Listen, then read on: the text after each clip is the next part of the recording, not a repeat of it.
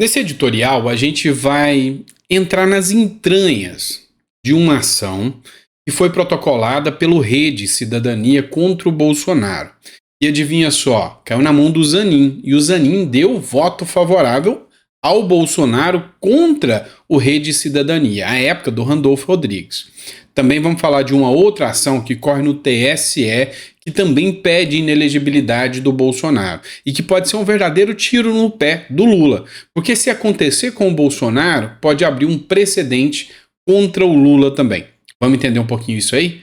Bora discutir um pouco? Isso e outras pautas vão estar aqui nesse editorial com a gente, tá bom? Bora começar. Pessoal, olha essa matéria do Poder 360.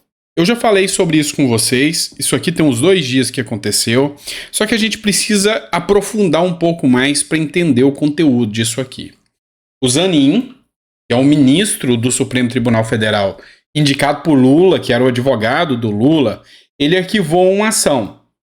E essa ação era contra o Bolsonaro, foi protocolada pelo Randolph à época, enquanto ele ainda estava no Rede Cidadania, agora o Randolph vai para o PT, sobre omissão na pandemia. E aí você vai entender um pouco mais. Lembra dos ataques?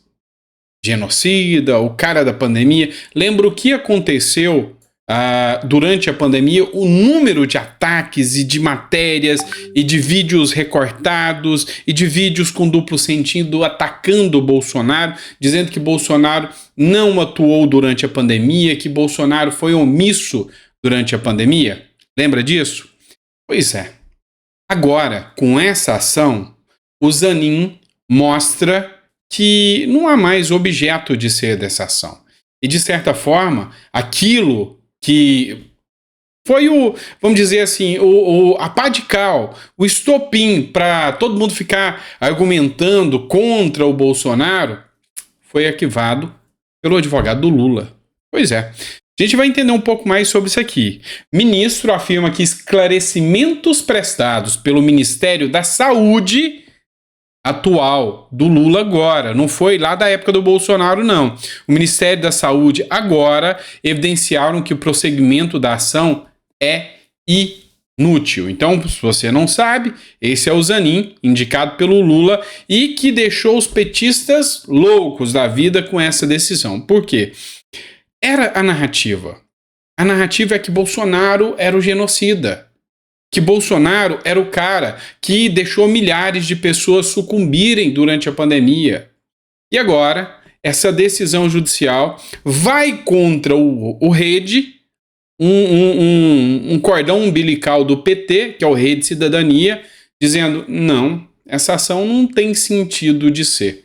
Olha só, o ministro Cristiano Zanin, do STF, Supremo Tribunal Federal, determinou o arquivamento de uma ação contra o ex-presidente Jair Bolsonaro por suposta omissão na compra de vacinas contra a Covid-19.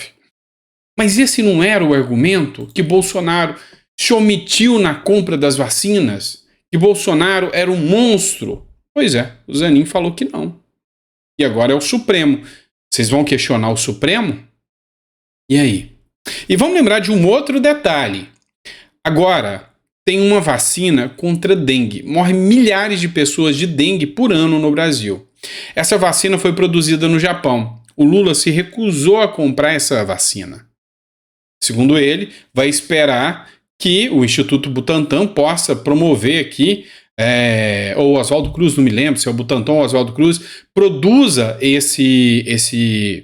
essa vacina contra dengue, mas a previsão é só que no final de 2026. E aí? Lula também se omitiu? Pois é. Para quem acompanhou tudo isso, para quem acompanhou toda a situação, é importante que você saiba que houve uma queima de reputação, um trabalho projetado de queima de reputação, um trabalho inverso de queima de reputação contra o Bolsonaro que enfraqueceu. Então o Bolsonaro, durante as eleições, teve contra o sistema judiciário, que estava totalmente contrário a ele, porque teve palavras que trocas de farpas mesmo. Então, é nítido mostrar que havia uma inimizade. A mídia era inimiga, é inimiga declarada do ex-presidente. tanto tirou e não quer que volte, sabe? E a turma ali do toma lá da cá tá achando uma maravilha. A decisão do Zanin é essa aqui, ó. É uma arguição de descumprimento de preceito fundamental, tá? Chama DPF esse tipo de ação. Foi entrada pelo Rede Sustentabilidade, né? O Rede Cidadania. E aí tem os advogados, a Raíssa Carvalho, o intimado é o presidente da República e a Procuradoria-Geral da União foi quem fez a defesa à época. Tá? E aí, o Sindicato dos Médicos do Estado do Paraná, pediu para se manifestar como um amicus curiae. O que é um amicus curiae? É uma pessoa que não faz parte do processo, mas sente que tem o poder de ajudar no processo e pediu para ajudar. Vocês entendem? Então, e aí, nessa decisão, ao final das contas, era o Butantan mesmo, tá, pessoal? Ó, em síntese, a aludida arguição ajuizada com o intento de questionar a conduta do então presidente da República, que desautorizou a assinatura do Ministério da Saúde do protocolo de intenção de aquisição da vacina Coronavac, desenvolvida pela farmacêutica chinesa Sinovac, em parceria com o Butantan, pleiteando medidas atinentes à então condução de vacinas no Brasil. Em suma, tendo em conta a mudança no estado de fato subjacente à demanda, e aqui, ó, esse é o trecho, deixa eu pegar aqui para você, ó. Compulsando os autos, verifico que assiste razão à AGU, uma vez que o quadro fático e sanitário atual encontra-se estabilizado. O que ele disse aqui, ó? A defesa do Bolsonaro tá certinha, porque hoje nós vencemos a pandemia. Se ele tivesse sido omisso, nós não tínhamos vencido a pandemia. Então, ele diz aqui, ó, compulsando os autos, verifico que assiste razão à AGU. Ou seja, olha só, a defesa do Bolsonaro, que foi feita pela AGU, tá certo. Uma vez que o quadro fático e sanitário atual, ou seja, a situação de saúde atual, está estabilizado, sendo desnecessária a continuidade da tramitação da presente ação. Ou seja, não tem mais o que julgar. Mostra que Bolsonaro atuou. Os esclarecimentos técnicos elaborados pelo Ministério da Saúde e trazidos aos autos do governo Lula. O Ministério da Saúde do governo Lula fez um parecer técnico, entregou e disse: Bolsonaro não errou. Aqui, na decisão. Ó, os esclarecimentos técnicos elaborados pelo Ministério da Saúde e trazidos aos autos, ou seja, que colocou no processo, evidenciam a inutilidade de eventual provimento judicial que discuta o conflito descrito nessa petição inicial. Então, ele falou que é inútil tentar argumentar que Bolsonaro não atuou durante a pandemia. E eu vou ser sincero com vocês. Aqui, vou abrir meu coração para vocês.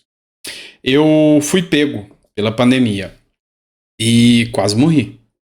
E eu acreditei na narrativa da mídia. Um dos pontos de crítica que eu fiz contra o Bolsonaro, à época, foi realmente a questão das vacinas, porque eu não estava vacinado ainda. Eu fui entubado 2 vezes, quase morri.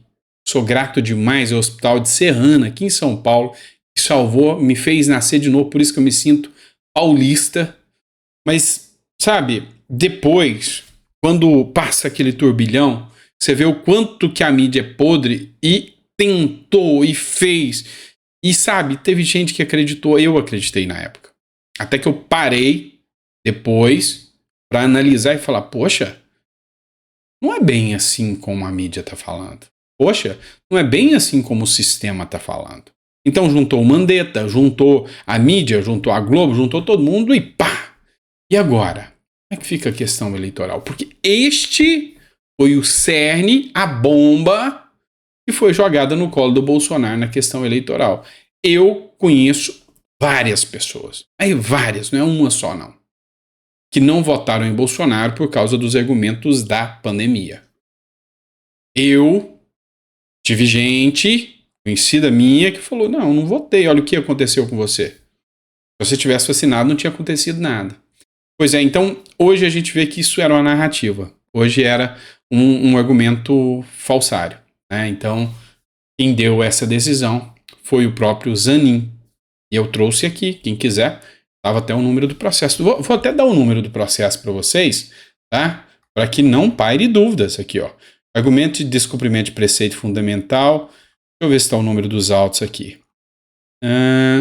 Não tá, isso aqui é só a decisão, não tá o número dos autos aqui, mas eu vou trazer, eu faço questão para vocês, tá? É só você escrever aí, ADPF, Cristiano Zanin, Rede Sustentabilidade Bolsonaro. Você vai achar, tá? Aqui, ó. 754, perdão.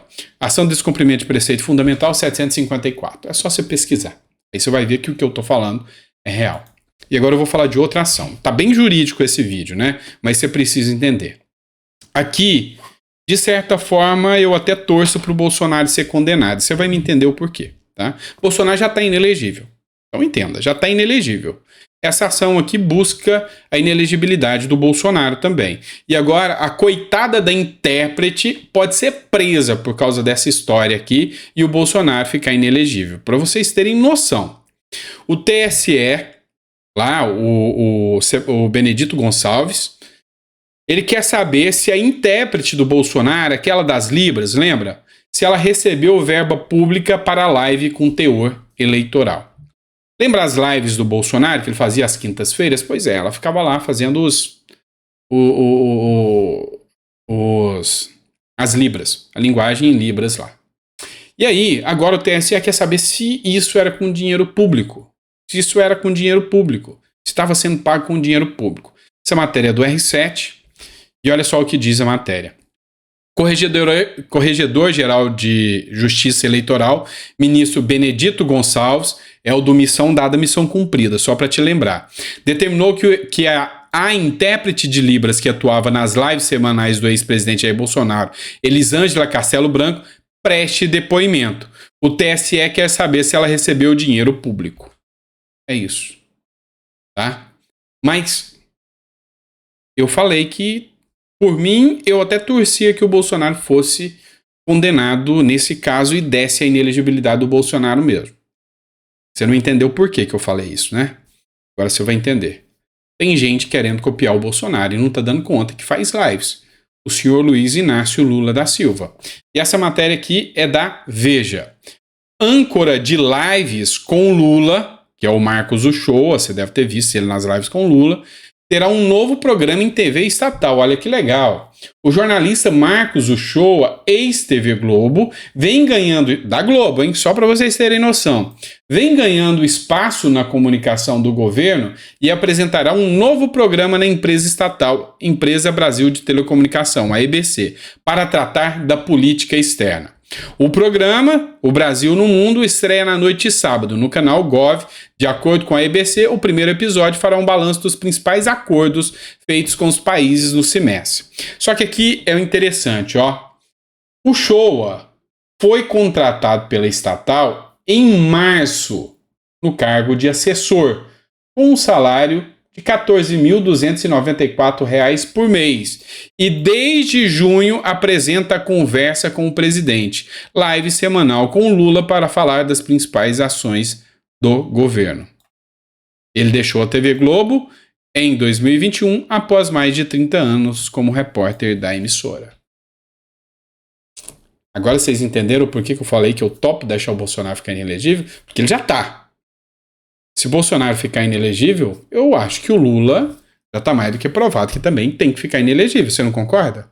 Afinal, é lícito alguém que está recebendo dinheiro público participar das lives do Lula e do Bolsonaro? Não pode? Me explica a situação. 2 pesos e 2 medidas? Então, já que o Bolsonaro já está inelegível, que dê essa ação e dê mais uma inelegibilidade para o Bolsonaro. Mas torne o Lula inelegível também. E manda o impeachment no Lula. Aí tudo bem, não é? 2 pesos e 2 medidas. Agora, se você quiser analisar esses dados que eu trouxe aqui para vocês, vocês fiquem à vontade. Está aqui a ADPF que eu juntei para vocês e está aqui a matéria da Veja que eu trouxe para vocês e da R7. É só você juntar os fatos. Essa é a realidade dos fatos, tá? Então, se Bolsonaro vai ficar inelegível, Lula também vai? Se for, dá para fazer uma troca, viu? O que você acha sobre isso? Você concorda comigo ou discorda? Coloca no comentário aí que eu quero saber, tá bom? E o que você achou de tudo isso que a gente trouxe para vocês? Grande abraço, fica com Deus e até o próximo editorial.